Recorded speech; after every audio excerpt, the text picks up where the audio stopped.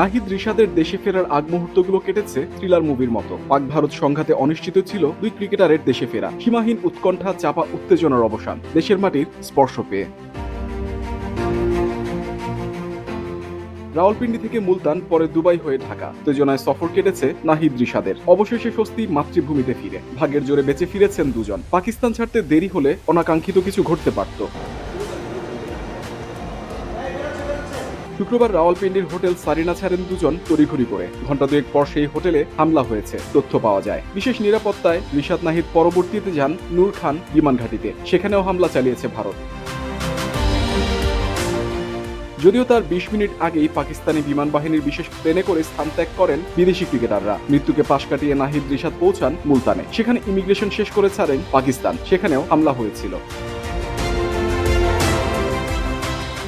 এমন লোমহর্ষক ঘটনা রিশাদ নাহিদ সহ সব ক্রিকেটারকে আতঙ্কিত করেছে। আসলে আমরা ফ্লাইট টেক অফ করার ২০ মিনিট পরে ওইখানে এয়ারপোর্টে একটা মিসাইল পড়ছে, তো পরার পরে আমরা একটু শক হয়ে গেছি যে হয়তো আল্লাহ ভালো চাইছে দেখে আমরা দেশে ফিরে আসছি, আলহামদুলিল্লাহ। পরিবারকে সাহস দিয়েছেন রিশাদ যাতে দুশ্চিন্তা না করে। ফ্যামিলি তো সবসময় টেনশন করে বাইরে থাকলে, তো নর্মালি যখন শুনবে যে আশেপাশে এরকম যুদ্ধ হচ্ছে তো নর্মালি টেনশন করবে। তো চেষ্টা করছি যত ভালো রাখার জন্য, যে ভালো ভালো পজিটিভ কথা বলার জন্য, যেন টেনশন না করে।